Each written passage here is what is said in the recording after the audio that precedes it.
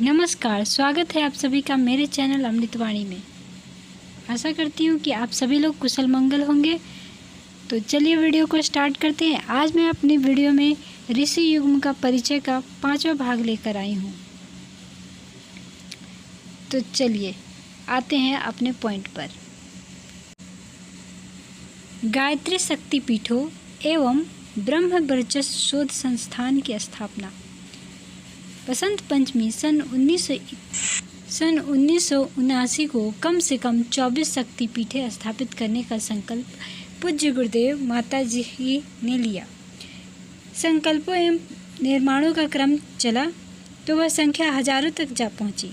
वर्ष 1980 से 81 में पूज्यवर ने निर्मित एवं निर्माणाधीन पीठों में प्राण प्रतिष्ठा के लिए देशव्यापी दौरे किए।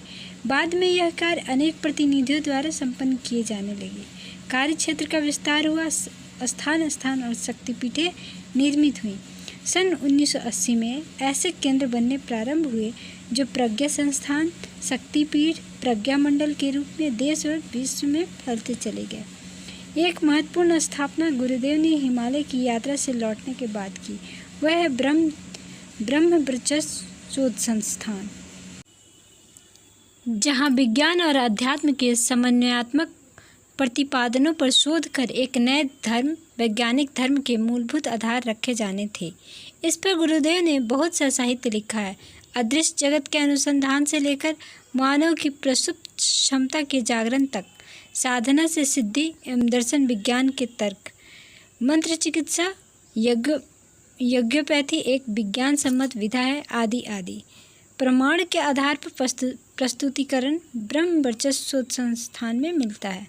ब्रह्म वर्चस्व के नाम से परम पूज्य गुरुदेव के द्वारा एक परिपूर्ण सुसज्जित आधुनिकतम प्रयोगशाला की सन 1979 में स्थापना हरिद्वार में की गई। विज्ञान और अध्यात्म के समन्वय एवं गायत्री महाशक्ति और यज्ञ विद्या पर अनुसंधान हेतु सुयोग चिकित्सक वैज्ञानिकों का स्वयं मार्गदर्शन कर ब्रह्म वर्चस्व शोध संस्थान का गठन किया गया। परम पूज्य गुरुदेव की सूक्ष्मीकरण साधना। श्री रामनवमी सन 1984 से परम पूज्य गुरुदेव ने अपने मार्गदर्शक के निर्देशन पर सूक्ष्मीकरण की साधना, आध्यात्मिक पुरुषार्थ की चरम पराकाष्ठा, वायुमंडल के परिशोधन, वातावरण के परिष्कार, नवयुग के निर्माण, महाविनाश के निरस्तीकरण, देव मानवों के उत्पादन अभिवर्धन हेतु प्रारंभ की, जिसे सफलतापूर्वक बसंत पंचमी 1986 को पूर्ण किया। इन्हीं दिनों उन्होंने राष्ट्र एवं विश्व कुंडली जागरण की साधना भी संपन्न की। उसी के पश्चात महाकुंभ के समय सन 1986 में ही अध्यात्म के ध्रुव केंद्र में निवास करने वाले ऋषि आत्माओं का आह्वान करके उनकी प्राण प्रतिष्ठा करके अनुपम कार्य संपन्न किया। इस प्रकार शांति कुंज, ब्रह्म वर्चस्व, गायत्री तीर्थ एक प्रकार से भागीरथ, परशुराम, चरक, व्यास, याज्ञवल्क्य, विश्वामित्र, वशिष्ठ, पतंजलि सहित सभी ऋषि सत्ताओं का प्रतिनिधित्व करता है। परम पूज्य गुरुदेव की आयु के 75 वर्ष पूरे होने पर सन 1986 से 87 को हीरक जयंती के वर्ष में मनाया गया। देश भर में 108 कुंडीय नागरिक महायज्ञों, राष्ट्रीय एकता सम्मेलनों की श्रृंखला चलाई गई। परम पूज्य गुरुदेव ने सन 1988 से यज्ञ विधा के व्यापक प्रचार हेतु दीप यज्ञों की श्रृंखला चलाई। कम साधन तथा कम समय में संपन्न होने वाली यह यज्ञ विधा सरलता से विश्वव्यापी बनती चली गई।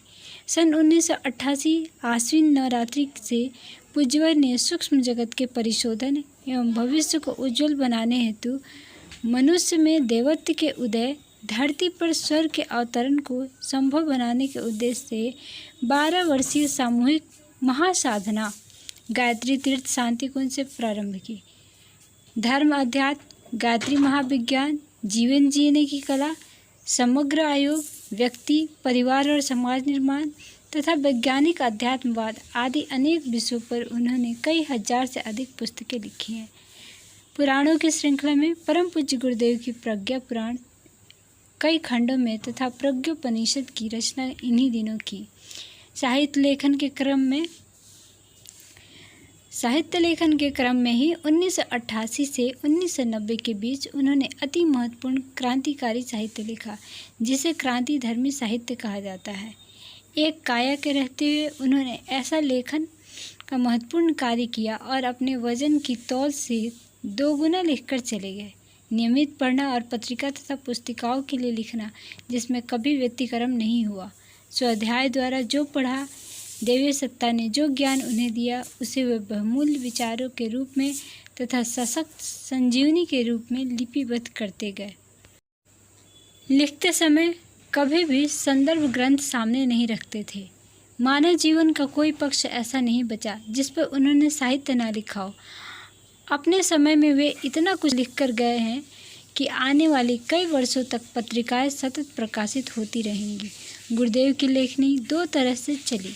एक प्यार और ममत्व भरा व्यक्तिगत परामर्श व्यक्ति को पत्र द्वारा स्वयं की लेखनी से देते थे। दूसरे लेखों के रूप में, जिनमें व्यक्तिगत, परिवार और समाज से जुड़ी समस्याओं का आध्यात्म परिप्रेक्ष्य से समाधान समाहित रहता था। सच्चे समाज सुधारक, युग निर्माता।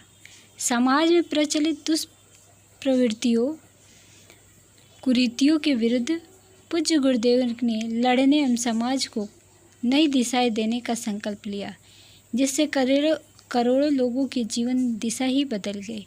विकृत समाज को 21वीं सदी नारी सदी का उद्घोष दिया। जीवन भर समाज में व्याप्त दुष्प्रवृत्तियों, कुरीतियों के उन्मूलन के लिए आंदोलन चलाए।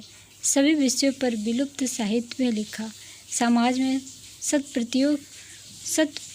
प्रवृत्तियों के पुण्य प्रसार के लिए जीवन होम दिया। जो कार्यक्रम चले उनमें मुख्य इस प्रकार से हैं। कौन कौन से? भाग्यवाद एवं मुहूर्तवाद से हटकर कर्मवाद की प्रेरणा, मनुष्य अपने भाग्य का निर्माता आप है का उद्घोष, सामाजिक कुरीतियों का परित्याग, पशु बलि के लिए विरुद्ध संघर्ष, बाल विवाह, पर्दा प्रथा, दहेज, मृतक भोज का प्रचलन रोकना, पुत्र पुत्रियों का भेदभाव समाप्त करना, भिक्षावृत्ति निषेध, धर्म संप्रदाय, जाति, वर्ग, वर्ण, लिंग आधारित ऊंच नीच और भेदभाव का परित्याग करना, जुआ, सट्टा, बेईमानी का परित्याग, अंधविश्वास, टोना टोटका का परित्याग, अमर्यादित प्रजनन पर रोक, पर्यावरण प्रदूषण पर रोक एवं पर्यावरण संरक्षण, आलस्य का परित्याग, पतिवर धर्म, पत्नीवर धर्म का पालन, तंबाकू, शराब आदि समस्त नशों का परित्याग आदि उन्होंने कई सारे विषयों पर अपने कार्यक्रम चलाए। आज के लिए बस इतना ही। मिलते हैं नेक्स्ट वीडियो में नए टॉपिक के साथ। तब तक अपना ध्यान रखें और खुश रहें। वीडियो पसंद आई हो तो लाइक करें, शेयर करें और वीडियो में पहली बार आए हों तो सब्सक्राइब करें। अंत तक आपका बने रहने के लिए बहुत बहुत धन्यवाद। आपका दिन शुभ हो।